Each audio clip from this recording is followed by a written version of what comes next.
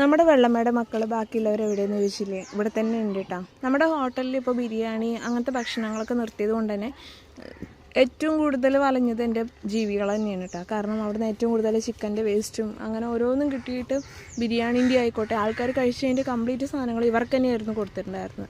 അപ്പോൾ അവർക്കത് അറിഞ്ഞില്ല. അപ്പോൾ ഇപ്പോൾ ഹോട്ടലിൽ നിർത്തിയത് കൊടുക്കാൻ ശരിക്കും പെട്ടത് ഇവരാണ്. അപ്പോൾ ഞാനൊരു കാര്യം ചെയ്തു, ചിക്കൻ്റെ പാർട്സ് മേടിച്ച് വെച്ചിട്ടുണ്ടായിരുന്നു. അപ്പോൾ അതൊക്കെ ഇട്ടിട്ട് ഇവർക്ക് ചോറ് വെച്ചാണ് കേട്ടോ. ഇന്നലെ വൈകുന്നേരം കൊടുത്തു, ഇതെപ്പോഴും ഇവർക്ക് ഇട്ട് കൊടുത്തിട്ടുണ്ട്. അപ്പോൾ നമ്മുടെ വെള്ളമ്മയ്ക്ക് ബാലൻസ് ഉണ്ടായിരുന്നു 4 മക്കളാണ് കേട്ടോ. അതിൽ ഇന്നൊരാൾ നഷ്ടപ്പെട്ടു. ബസ് ഇടിച്ചതാണെന്ന് എൻ്റെ മോള് പറഞ്ഞത്. സത്യാവസ്ഥ എന്താണെന്നൊന്നും അറിയില്ല. ഇങ്ങനെ ചോറിട്ട് കൊടുത്തത് എന്താണെന്ന് ചോദിച്ചിട്ട് ചീത്ത പറയണ്ട. കാരണം ഇവർ 3-4 പേരായതുകൊണ്ട് പരസ്പരം അടിയാണ്. അപ്പോൾ ഓരോരുത്തർക്കും ഓരോ ഭാഗത്താക്കിയിട്ട് മാറ്റി ഇട്ട് കൊടുക്കുകയാണ്. ഒരാൾക്ക് ഇതൊരു കല്ലിലേക്ക് മാറ്റി വെച്ച് കൊടുത്താണ്. പക്ഷേ അയാളെ തിന്നാൻ വിടാണ്ട് പാവതണ്ട, എൻ്റെ സുന്ദരിനെ തിന്നാൻ വിടാണ്ട് ഇവൻ വന്ന് തിന്നുന്നു. ഡാ അങ്ങോട്ട് മാറ്, ഡാ മാറ അങ്ങോട്ടേന്ന്, അവൾ തിന്നട്ടെ, മാറ്.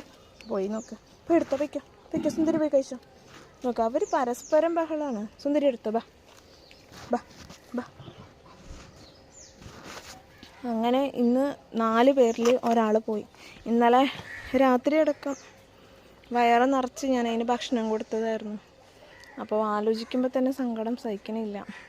ഇവരുടെയൊക്കെ കാര്യങ്ങൾ പേടിയാണ്. റോഡാണ്, എന്താണ് ഏതാണ് എപ്പോഴാണ് സംഭവിക്കണമെന്നൊന്നും അറിയാൻ പറ്റില്ല.